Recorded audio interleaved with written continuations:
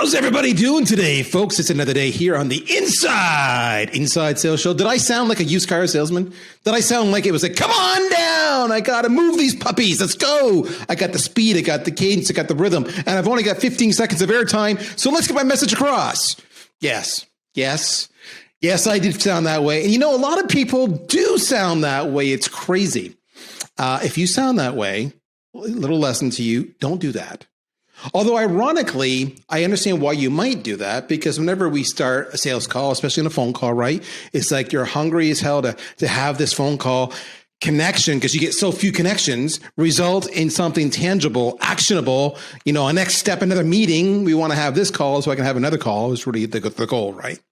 And we rush to get as much value prop as we can in that 15-second slot, like you might see in late night television. That's if you still watch television. If you're a generational child of Netflix, you have no idea what I'm talking about right now. And I feel sad for you because you just missed some serious pop culture. The best television was on late at night. So we often just throw away those precious seconds. Hi there, it's Darryl Prail from VanillaSoft. I'm the Chief Revenue Officer here. How you doing today there, Frankie, Susie, Mary, Billy? That's what we do, right? And you do the clock, and that was like 5 seconds. That's gone. I got 7 seconds to make an impression to see if you like me or not. In 12 seconds, you're gone. And I just threw half of that away almost. That's crazy.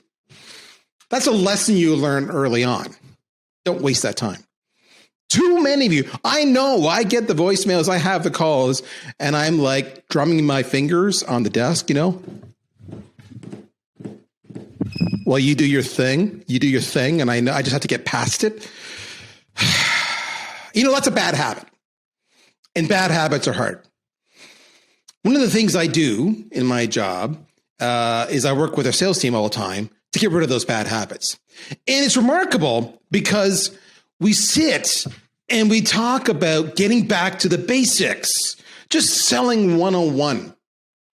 And what blows my mind every time, just blows my mind as a veteran leader, is how much pushback I get. It's okay, Darryl. I know what I'm doing. Done this before. Just get out of my way. This is my style. That works for me.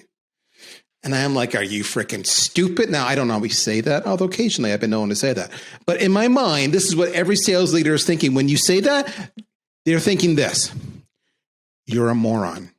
Now, you may not know that because they're looking at you with kind and concern. But in their head, it's, you're a moron. And the reason they're saying you're a moron is not because they really think you're a moron, although, you know, we won't go down that road. It's because they've been where you're at. They've struggled. They've done poor time management. They didn't block their calendar. They didn't do enough prospecting to build a sustainable pipeline so that when they depleted their pipeline to hit the number this quarter, they had nothing left to start the next quarter. You know, they thought they had major deals. They committed to it with management just to learn that their champion wasn't a champion at all. There's lots of deals, lots of reasons to go on. And all of it is basic stuff. If you listen to every single episode here of the Inside Sales Show, we've talked about what you need to do to sell successfully. That's what we do. And it's really about going back to the basics. And it's like knowing who is your ideal customer profile, knowing if you're in a commodity situation, why you versus the competition. Imagine somebody, an accountant. Everybody does it. If you're an accountant, is your accounting any different than the next accountant? I don't think so, especially because it's all legislated and regulated. Therefore, why you? If you're selling accounting services, as an example. And the list goes on. Now, this is what keeps me up at night, because not only do I bring amazing guests onto the show here to share with you, to remind you. I mean, this is a very pragmatic show, a meat and potatoes show. If I had to say, what's the theme of this show? It's to constantly remind you of what you've been told already and forgot about, but it's so instrumental to your success. Okay, I've set the table. Now, Imagine this. I get this book in the mail. Some guy named Lee Salz. No, no, it's not Lee Salz. It's Lee Salz. Lee B. Salz. This is his third or fourth book. I forget. When you've had so many, they all blur together. And it's called Sell Different. And I'm intrigued. I tell you. And I start going through the table of contents. I look at all the who's who on, this cat, you should see. It's actually, it's obnoxiously impressive. All of the actual industry experts he's got quoted here. As the marketer in me, I'm like, God bless you, brother. This is how you launch a book. I was quite impressed. But more importantly, and I'm flipping through it now, I'm going through the table of contents, okay? Tell me if you've ever had this conversation with your sales manager. Differentiating your buying experience. Who's your toughest competitor? Finding out more about your clients. Harness the power of virtual selling. Hey, COVID, anybody? The critical person you need to win more deals at the prices you want. The list goes on. So this is a phenomenal book. And as you read it, and I've read it, and I've got 1,000 notes in front of me, I'm like, wow. And then I was confused. Everybody, I want you to meet my friend today. This is Lee Salz. Lee, how you doing, man? Doing great, Darryl. How are you? I am doing well. I love your story, by the way. When you were talking about sales managers and their salespeople, yeah, it almost sounded like parenting, didn't it? Oh my gosh. You try to keep your kids from making the same mistakes you did? Yeah. I had this conversation so many times with my wife. When you're parents, you have two people involved, typically, sometimes four or more. Everybody's a little different style. And so my wife and I would have this conversation, and I would say to her this. I would say, she's like, doesn't the kid get it? This is stupid, and this is why. And I'm like, you know it, I get it. But sometimes you just have to experience it, honey. Yeah, but if they experience it, this consequence will happen. It's kind of like, telling the kid not to touch the hot stove. Eventually, you have to let the kid touch the hot stove. That particular kid needs to touch the hot stove. And I had to tell my wife over and over again, you got to let him fail. It's the same in sales. Other reps will just tell me what not to do. And it's funny because I'm reminded, Lee, of an old boss. I know my first job was selling copiers door to door, but my first, job I went to school for after selling copiers door to door, I said, this is hard. And I went back to being a computer programmer, which is what I went to school for. And there was me and a classmate who got this job. And we worked there for a year and a half, whatever. And my boss and I were talking at the time about the difference between me and my buddy Darryl and Darren. And he was saying, Darryl, it's like this. He goes, when there's a problem, Darren goes through the wall. He may butt his head up against that wall for weeks or months at a time. He'll eventually break through. Where you, Darryl, you don't go through the wall, you go around the wall. And it's kind of like, that's me. I'm like, just give me the shortcut. Tell me what to do, and I'll stop doing what I'm doing because you've got a better way. Where Darren was a guy who had experienced it himself and go, you know what, going through the wall hurts like hell. Eventually he gets there, but it may take him longer. That's true. Yeah. It's interesting. Have you ever heard how they train race car drivers? No. It's really interesting. So the instructor will be sitting next to the driver, and the driver obviously is driving really fast around the track. And what they want to do is look at the wall. And they think to themselves, don't hit the wall. Don't hit the wall. That's going to hit the wall. What the instructor does is they pull their head. They won't let them look at the wall because the human mind doesn't understand the word not. So when you think, do not hit the wall, you might as well hit the wall. You've just done it. If you're playing baseball, if you're saying, do not strike out, you might as well sit down. You've already struck out. Yep. And so that's so often what sales managers do is they say, don't do this, as opposed to what they should be doing instead. And it may seem subtle, but it's so important when you're trying to guide salespeople. Okay. I agree with you. Which brings me back full circle to before I brought you on, my friend. I had a cliffhanger, and I said when I read the book and I loved it so much, and I said, but at the end of the day, I said I was confused, and then I brought you on. Everybody's like, what the hell are you confused for, Preo? Are you just an old man? You can't remember how to finish your sentences? This is why I was confused. Your book, Lee, is Sell Different. Yes. But as I went through it, it didn't actually strike me as different. It struck me as like gospel, like, why aren't you doing this? This is what you need to be doing. So what's your angle around Sell Different? So in other words, what's different about this book, right? and on the one hand, you say, I'm reading this and it should be the gospel. But you've been around a long time. I know it's your birthday, so everybody wish a happy birthday to Darryl. Thank you. We've been doing this a long time, and what we think should be happening with salespeople so often is not. The thing that we're seeing today when it comes to sales is it's never been tougher, right? Competition is fierce. When we look at differences between features and functions, they're subtle, they're small. But at the same time, and maybe you've done this, I haven't seen anybody do this either. No one's saying, you know what, salespeople, I feel bad for you. We're going to lower your quota by 50%. You want to sell the deal at 20 points fewer margin? We're cool with that. Nobody's doing that. They're still saying, salespeople, we still expect you to win at high rates and protect margins while doing so. Or as I just trademarked, win more deals at the prices you want. So how do you do that? How do you do that when the differences between what you're selling and what the competition is selling is so subtle? Maybe in some cases, the same. It means you have to sell different.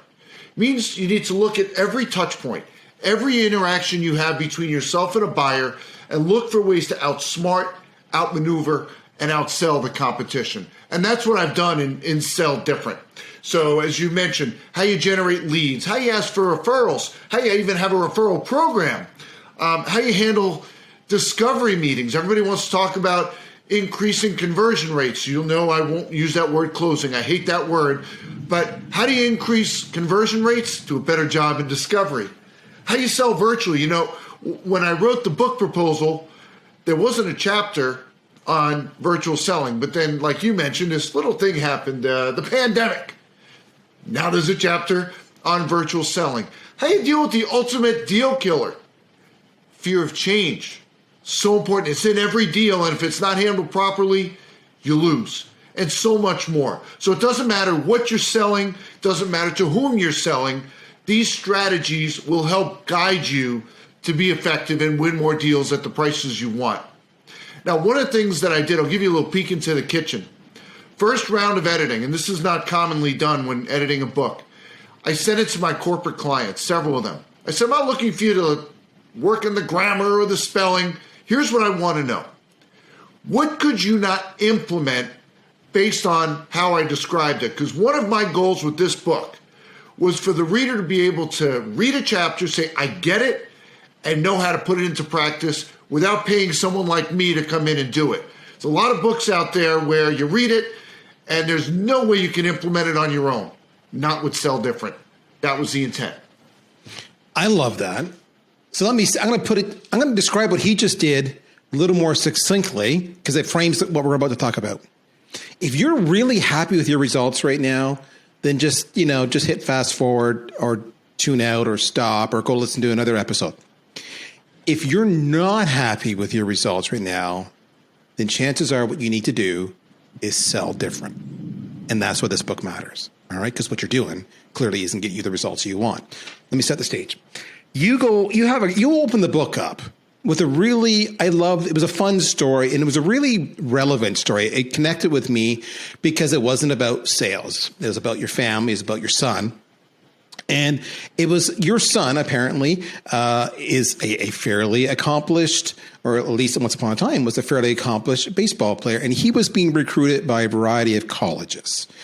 Now, you present the dilemma of you have all these colleges, and that's kind of my example of the accountant, right? In the sense of they're all accountants, they all do the same thing. For the most part, all the colleges are similar. Sure, you have the Harvards or the Princetons. I'm not saying those were who was recruiting your son. So those are the brand outliers, and they are outliers. Everybody else, though, is kind of the same. And you made the great point of saying that sales head of athletics, that coach, they're a sales rep. So how did they sell you and your son? Because there were some dynamite lessons there. It was real, but your personal experiences being sold to. And so your son went to the right school. If here's the irony, that coach is going to keep their job, whether they have a winning team or a losing team. So they sure as hell better be a better salesperson than the next person. So talk to me about that. Yeah. So if you've ever been through a college recruiting experience before, you know it's a sale. And these coaches are trying to sell you on their institution. But They can't differentiate what they're selling, just like you mentioned with the accountant. Right? They can't add a major. They can't build a dorm. They can't move the campus. They can't change the menu in the cafeteria. It just is. So what they have to do is sell different, which means differentiating their sales approach.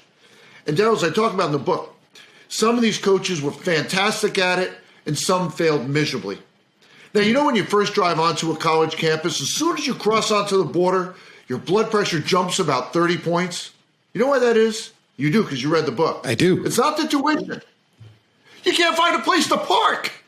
Every parking lot on a college campus says, park here, and we're going to tow you, but welcome to our fine institution. Well, this one school we visited, we pull into the parking lot, and there's a spot with Stephen's name on it. Stopped us dead in our tracks. Go inside. There's an agenda for the day. Stephen's name is printed right at the top. And if you think about it, what did it cost this college to do these two things? A penny, maybe, for the paper and the ink? But think about what they did. They made us feel. Can you hear the thunder? That's how I can. I love it. That's because God is speaking, saying, listen to Lee. They made us feel like Stephen was the only athlete they're recruiting anywhere on the planet for any sport. But of course, that wasn't the case. But that's how they made us feel. Salespeople, we had that same opportunity to make people feel special. You know, for us, we get busy. It's just another lead. It's just another call. It's just another presentation. It's just another proposal. We forget to make people feel special. See, you may be having these conversations every hour on the hour, but think of it from their perspective. They're having it once. You know, if you've ever been to a professional show, like a Broadway show, they deliver that same show multiple times a day for months, years. But the actors get it. The audience is seeing it once. They're doing it over and over and over again, but the audience sees it once. So my challenge for you, and it doesn't matter what you're selling, you can do this. How are you making people feel special? And I'll tell you something that I do with my consulting clients, my keynote clients. If you were to ask them, how many clients does Lee have? They wouldn't have a clue, because I make them feel like I've got one. And that's so important. We forget to do it. It's such an easy thing to do. It requires thought, and we don't do it enough. You know, it's interesting. Stephen has a brother, my other son, David, also a baseball player. He was a nationally recognized pitcher. Went through this process, and there was a school that was on Stephen's list that wasn't on his list. They didn't get rid of a major, knock down a dorm, move the campus. It was the recruiting experience. They made Stephen feel like a number. They said the words, hey, we really want you here. They made him feel like a number. When David went through this process, didn't even put that school on his list. So think about this. You make someone feel like a number, it doesn't just impact this deal. It's like the old shampoo commercial. They tell two friends, and they tell two friends, and so on and so on. It's a major, major impact. You know, we often like to say that sales is a numbers game, and I partially subscribe to that. If you fully subscribe to that sales is a numbers game, I'm guessing you're making the people that you're calling on feel like a number as well. So one of the things I say all the time, if you're a regular listener of the show, you've heard me use this expression before, is that often the rep who doesn't get my business, even though we could have gone through the sales cycle together, is the one who makes me feel like a transaction. That's the word I use, because I recognize I'm just another sale to them, and there's nothing special. The word I like to use, Lee used the word special. It's a great word. It's the right word. I used a different word, same sentiment. I'm looking for a partnership. If I feel like you're going to partner with me, you're going to look out for my success, you've got my back, you're helping me understand and diagnose and qualify and quantify the problems and propose solutions to the process. If that's a partnership, then I can go back to you if things don't work out, you've got my business. It's not just about price. It's about a partnership. Special, not a number, not a transaction. Lee and I approaching this as, you know, people who can consume. He's a professional seller. I have the budget. I'm a professional buyer. But you see, you come at it from the same point of view. Too many reps don't get that. I want to talk to you. You talk about your toughest competitor. Now, this is something I talk to my team about all the time. Some get it. Some dismiss me. Talk to me about who our toughest competitor are, because I got to admit, I don't want to give away the plot line. Lee goes through the book, and he talks about, do you think it's this person? He has, what are the reps guess? They guess it's this, they guess it's that, they guess it's this, they guess it's that. And of course, as you might imagine, they're getting more and more specific, but in the end, they're ultimately wrong. And when I read who you qualified as the toughest competitor was, I'm like, yes, because I've had this conversation so many times. So who's our toughest competitor, Lee? That you just touched upon one of my favorite questions to ask keynote audiences. So I'll say, who's your toughest competitor? And I'll call on a few folks and they'll rattle off three names, three players in their space. And I'm sure they're tough competitors, but there's one even tougher. And then someone will snark, get up and say, oh, you mean that old sales trainer one, the status quo, the choice to do nothing. Also a tough competitor, but there's one even tougher. So then the audience gets quiet and they start thinking about it for a minute. And then someone will raise their hand and say, it's me. If I don't have the right mindset, I am my toughest competitor. Now, they're not entirely wrong. Certainly, if you don't have the right mindset, you can be a competitor. You can be in your own way. But there's one even tougher, even more formidable. And no audience member has ever guessed it. And I'm so excited, Darryl, that you and I are singing from the same hymnal on this. And it's every salesperson calling the same person you are trying to get a meeting. See, we're egocentric when we think about the competition, but let's put ourselves on the other side of the desk for a moment. Let's say we call on CIOs and we sell a software product. Let's think about that CIO for a moment. That CIO is receiving calls and emails from salespeople representing their entire purview of responsibilities and beyond. And if you think about it, they're all selling the same thing, a meeting. They want FaceTime with this individual. Now, I'll share with you a little background. I was a history major in college and went to what was called SUNY Binghamton, now called Binghamton University. And while I studied history, I learned many historical business facts, and I'm going to share one with the group here. In the entire history of business, no executive has ever been hired for the sole purpose of meeting with salespeople every hour on the hour. It's never happened. It's never going to happen. So we're an interruption in their day. And so what that says to us is we've got to be different right in that first interaction, or we're not getting the meeting. Because if there's no meeting, there's no proposal. No proposal, no win. No win, no commission check. It's very logical. See, if we remember that no executive is staring at their phone going, oh my gosh, I hope a salesperson calls me right now. No one's doing that.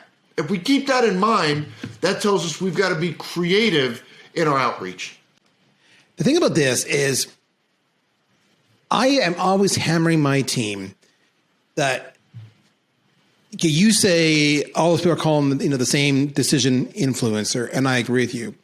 I'm saying you need to call beyond, because often the decision influencer is actually pushing that decision down one level to do analysis, assessment, shortlisting, et cetera, use cases, needs analysis, et cetera. And you need to call into the extended buying committee, because there's influencers, there's the financial, there's the technical, there's the IT, et cetera. And they don't do that. They keep on calling to the same, as you say, DI.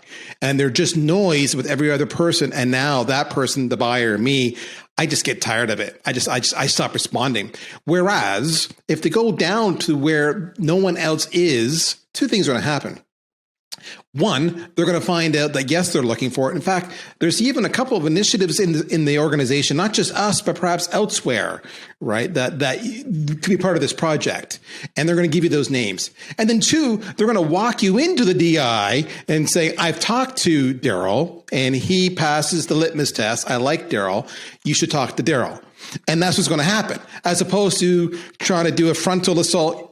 It's a flanking. And I get so much resistance from people not wanting to call them the buying committee. And I get, Devon.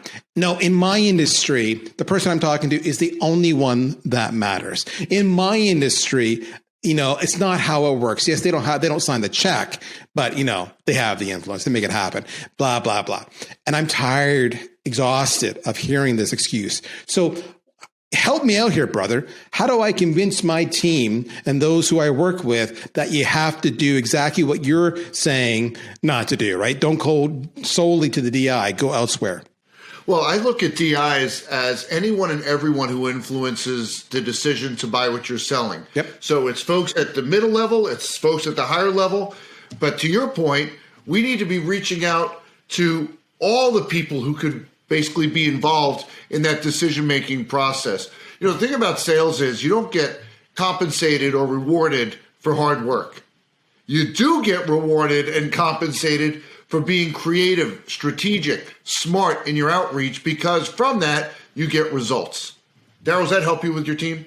It helps me, but, I would say this. If you still are fighting me on this one, Lee just told you, are you having the success you're having that you want? Because if you're not, perhaps you need to sell different. All right, I'll go with that. Okay, you talk about prospecting. You mean like this? Like that, right there, exactly.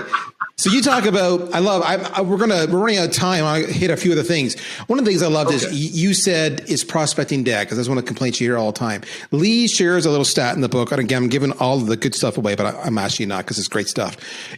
You polled a whole bunch of executives. And how many executives have bought? You recall the stat? If not, I'll remind you. I do. What's the stat? I do, and it's not my study. It's a group called the RAIN Group. Okay. And they studied this topic. They asked executives if they had ever taken a meeting with a salesperson who had reached out to them through some sort of prospecting. And so I'll ask my audiences of salespeople, what percentage said, yes, I met with a salesperson who reached out through some form of prospecting. And as you might imagine, the answers are a fraction of a percent. That's the common answer.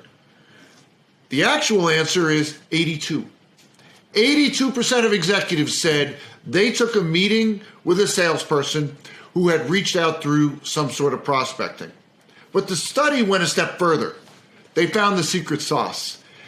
The key ingredient that led to you getting the meeting, which is personalization. If you had a generic outreach, the way you left voicemail messages, the emails you're sending, when you reach someone live, it was all generic, you weren't in that 4 out of 5 group. It had to be personalized if you were going to be successful with it. Okay. See, I love this. That's a theme that you're going to see throughout the book, folks. He talks about personalization. He comes at it from lots of different ways. When I was reading it, it was jumping off the page at me because I was projecting my own personality. I'm like, when I'm on the phone, when I'm in email, do I let my personalization come through? Do they feel special to me? I loved your Broadway analogy. Does the audience feel like this is a special presentation to them? Do they feel like the actors are putting it all out there? I'm going to jump ahead a little bit because you actually talk a little bit that, you go to the point about the personalize that you really need to know who your buyer is. And to know who your buyer is, you need to research your buyers. You can go back to your customer base. And you have this wonderful expression that you just talk about. I'll set you up, then you can explain what I'm talking about here. You do the old, if you were me, and I'll stop there. So talk to me about if you were me and why that matters to me as a sales rep. Yeah, so often I hear executives and salespeople struggling to find more of their best clients. And they're searching high and low for them. They can't find them anywhere. And I tell them, boy, you're making it so much harder than it needs to be. And they look at me funny. I'm like, no, it is. And so I have a strategy that I have used when I ran sales teams, that I've used with consulting clients, and I'm batting 1,000. And if you're not a baseball fan, it means every individual who's tried it, it's worked. Now, not a lot of sales strategies you can say that about with, but it's worked every single time. Now, you'll notice I said more of your best clients. I didn't say your largest clients because oftentimes they're not synonymous. Your largest client, maybe they're low margin. Maybe there's some complex solution that you don't want to replicate. So more of your best clients is what we're looking for here. So we have to have clarity on what that looks like. Darryl, do your people like free things? Of course they do. I love free things. Of course they do. Yes. If you go to targetclientsprofile.com, there's a worksheet you can download. It has 9 components to help you have true clarity on your target client. Now, I keep saying target client. You may have heard the expression ideal client. I don't refer to it that way. And it may seem like I'm splitting hairs, but to me, there's a big difference in the message salespeople hear. When you say ideal client, this is if all the stars were to align, this is the kind of business we'd like to have.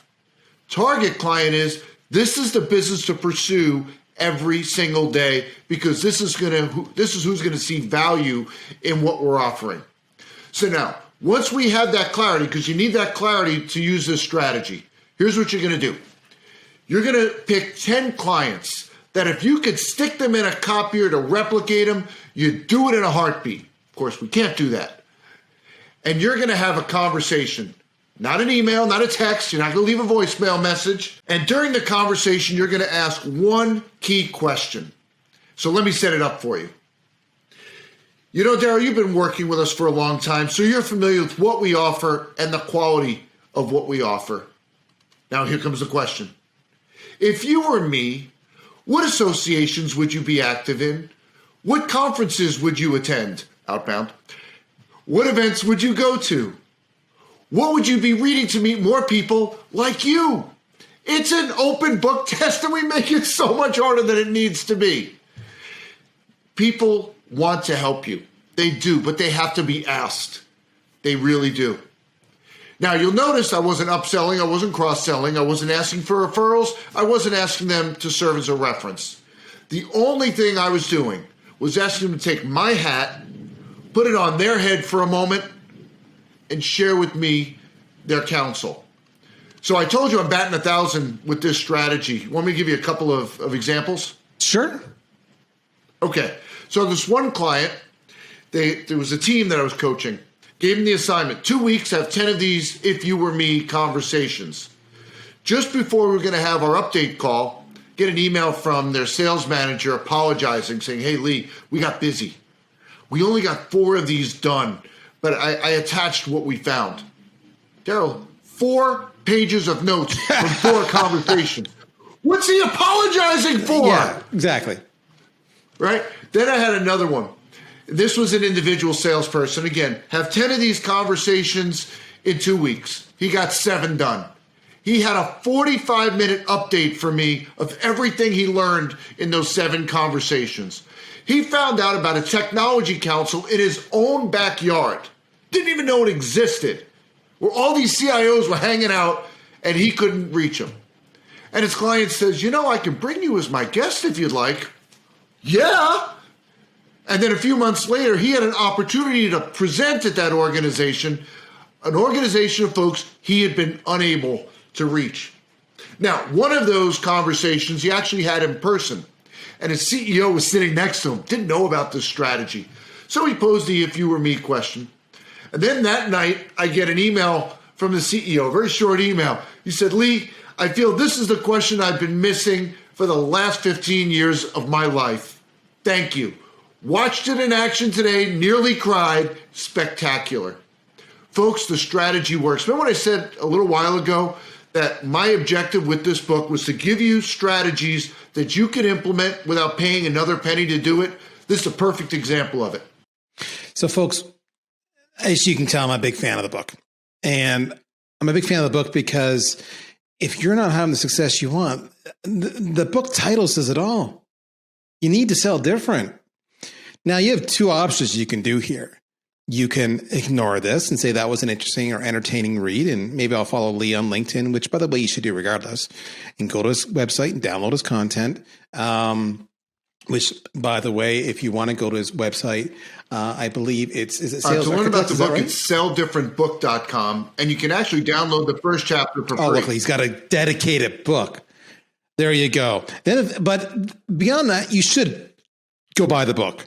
Just go buy it because this is an investment in you and it's a small investment in you so you can have better success. A lot of stuff in there, you're going to go, oh, I knew that, but I'm not doing it. Other stuff, you're going to go like, if you were me, you're going to go, that's freaking brilliant.